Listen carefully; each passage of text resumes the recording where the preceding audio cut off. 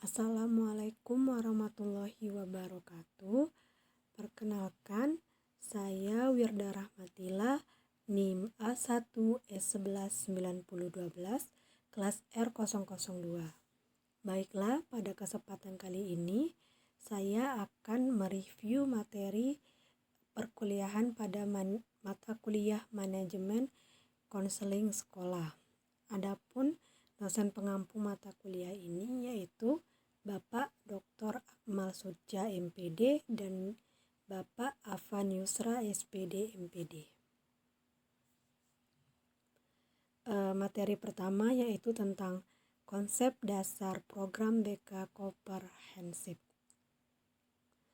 Pengertian BK komprehensif, bimbingan konseling komprehensif adalah suatu program pendidikan di sekolah yang diberikan oleh konselor sebagai penanggung jawab dan pelaksana program bimbingan konseling di sekolah.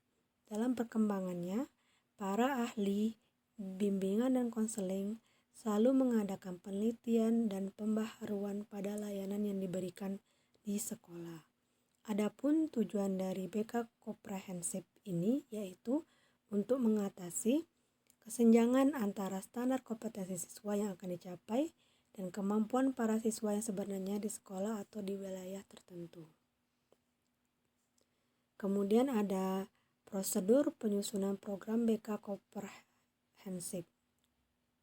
Pertama yaitu perencanaan program. Penyusunan program bimbingan dan konseling di sekolah atau madrasah dimulai dari kegiatan asesmen atau kegiatan mengidentifikasi aspek-aspek yang dijadikan bahan masukan bagi penyusunan program tersebut. Kegiatan asesmen ini meliputi asesmen lingkungan dan juga kebutuhan peserta didik. Kemudian adapun strukturnya ada rasional. Maksud dari rasional ini yaitu rumusan dasar pemikiran tentang urgensi bimbingan dan konseling dalam keseluruhan program sekolah atau madrasah. Kemudian dasar hukum yang dicantumkan adalah dasar hukum yang menjadi landasan penyelenggaraan bimbingan dan konseling yang meliputi dasar hukum tingkat pemerintah, daerah, hingga satuan pendidikan. Visi merupakan gambar yang dicita-citakan untuk diwujudkan dalam program BK bagi konseli berdasarkan visi sekolah. Adapun misi merupakan tugas yang dilaksanakan dalam rangka pencapaian visi program BK bagi konseli. Kemudian ada rumusan hasil atau net assessment atau penilaian kebutuhan peserta didik dan lingkungannya ke dalam rumusan perilaku-perilaku yang diharapkan dikuasai peserta didik. Kemudian ada tujuan hendaknya dirumuskan ke dalam tataran tujuan yaitu penyadaran, akomodasi, dan juga tindakan. Kemudian komponen program.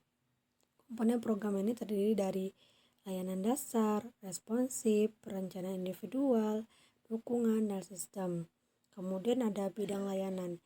Dimaksud bidang layanan ini yaitu ada pribadi, maksudnya yang berkenaan dengan pribadi, klien sendiri yang ada dalam dirinya sendiri. Kemudian sosial ini berkenaan dengan kehidupan sosial. Kemudian belajar yaitu berkenaan dengan peserta didik dalam ia menempuh pelajarannya. Kemudian ada karir. Ini terkait dengan bagaimana perencanaan karir maupun hal-hal yang ingin dicapai dalam hal karir. Kemudian action plan. Action plan ini adalah rencana kegiatan atau uraian detail dari program yang menggambarkan struktur isi program baik kegiatan di sekolah, madrasah maupun luar sekolah. Biasanya di action plan ini terdapat atau berisi seperti strategi layanan, komponen, bidang layanan,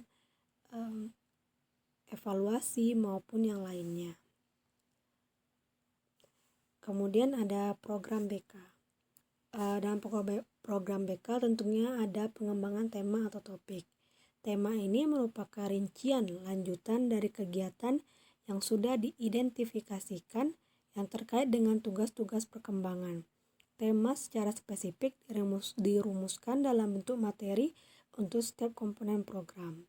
Tentunya tema atau topik ini sangat dibutuhkan dan sangat penting dalam hal program BK ini. Oleh karena itu, hendaknya pemilihan tema ataupun pengembangan tema ini dilakukan secara baik sehingga program ataupun layanan yang akan dilaksanakan akan berlangsung dengan lancar. Kemudian ada sarana dan prasarana. Tentunya dalam program BK mempunyai sarana dan prasarana, yaitu pertama ruang bimbingan dan konseling. Hendaknya ruang dan bimbingan konseling ini merupakan ruang yang memang layak untuk kita atau untuk konselor dalam melakukan konseling, sehingga dengan ruangan yang layak, tidak hanya layak tapi juga nyaman, maka akan membantu mempelancar proses konseling yang terjadi dalam ruangan tersebut. Hendaknya ruangan dilengkapi oleh fasilitas yang juga memadai, seperti adanya meja, kursi, fasilitas lain yang diperlukan untuk penyelenggaraan bimbingan konseling antara lain yaitu dokumen program BK, yaitu buku program tahunan, buku program semesteran, buku kasus, dan buku harian. Tentunya dokumen program BK ini tentunya sangat harus bukan hanya penting tapi juga harus ada, karena ini sangat atau memang diperlukan dalam menunjang melakukan konseling ataupun melakukan program BK. Kemudian instrumen pengumpul data dan kelengkapan administrasi data. Kemudian rencana anggaran. Untuk mendukung implementasi program dinyatakan secara cermat, rasional, dan realistik, perencanaan anggaran merupakan komponen penting dari manajemen bimbingan dan konseling. Perlu dirancang dengan cermat berapa anggaran yang diperlukan untuk mendukung implementasi program. Anggaran ini harus masuk ke dalam anggaran dan belanja sekolah atau madrasah. Kemudian ada pelaksanaan program BK komprehensif. Pelayanan dasar dilaksanakan melalui bimbingan klasikal, bimbingan kelompok, orientasi, informasi. Kemudian pelayanan responsif. Pelayanan responsif ini bisa dilaksanakan melalui konseling individual, kolaborasi dengan orang tua, bimbingan dengan teman sebaya.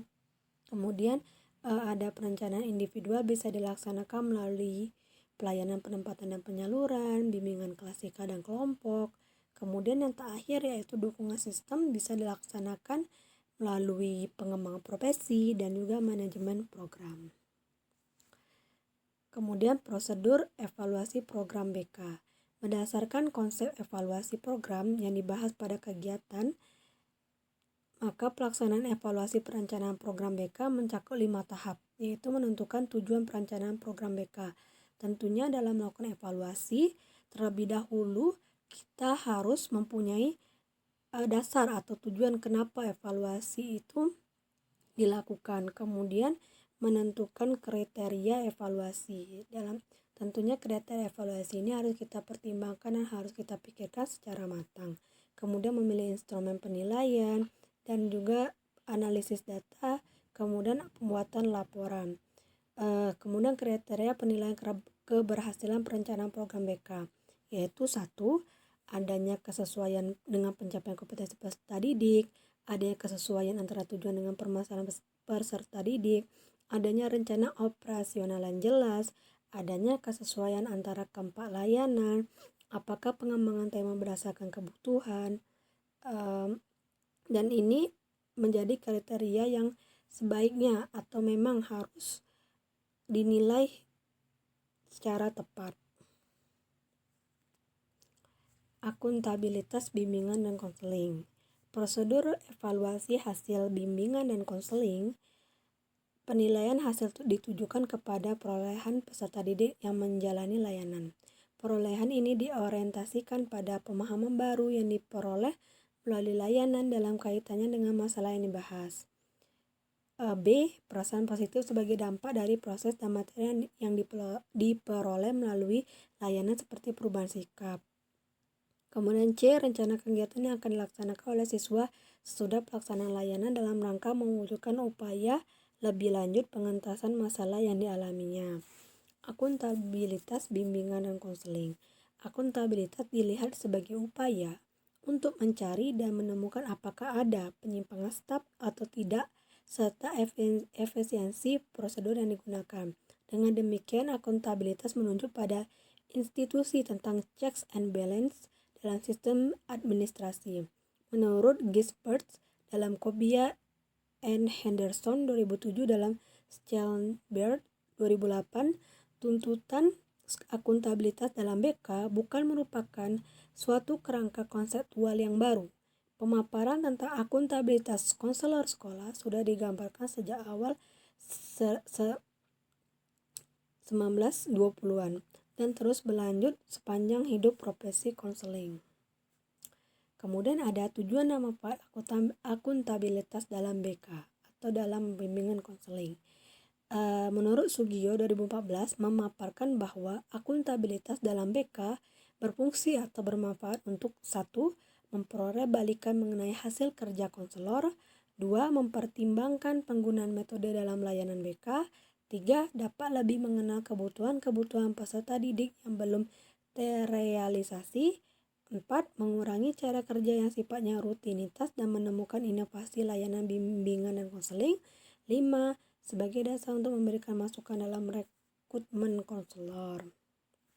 Kemudian ada komponen akuntabilitas bimbingan dan konseling. Adapun komponen-komponennya yaitu menerima tanggung jawab, komunikasi, penjelasan kepada stakeholder, umpan balik, dan perbaikan program. Baiklah, itu saja review saya mengenai materi dalam perkuliahan manajemen konseling sekolah. Lebih dan kurang saya mohon maaf. Assalamualaikum warahmatullahi wabarakatuh.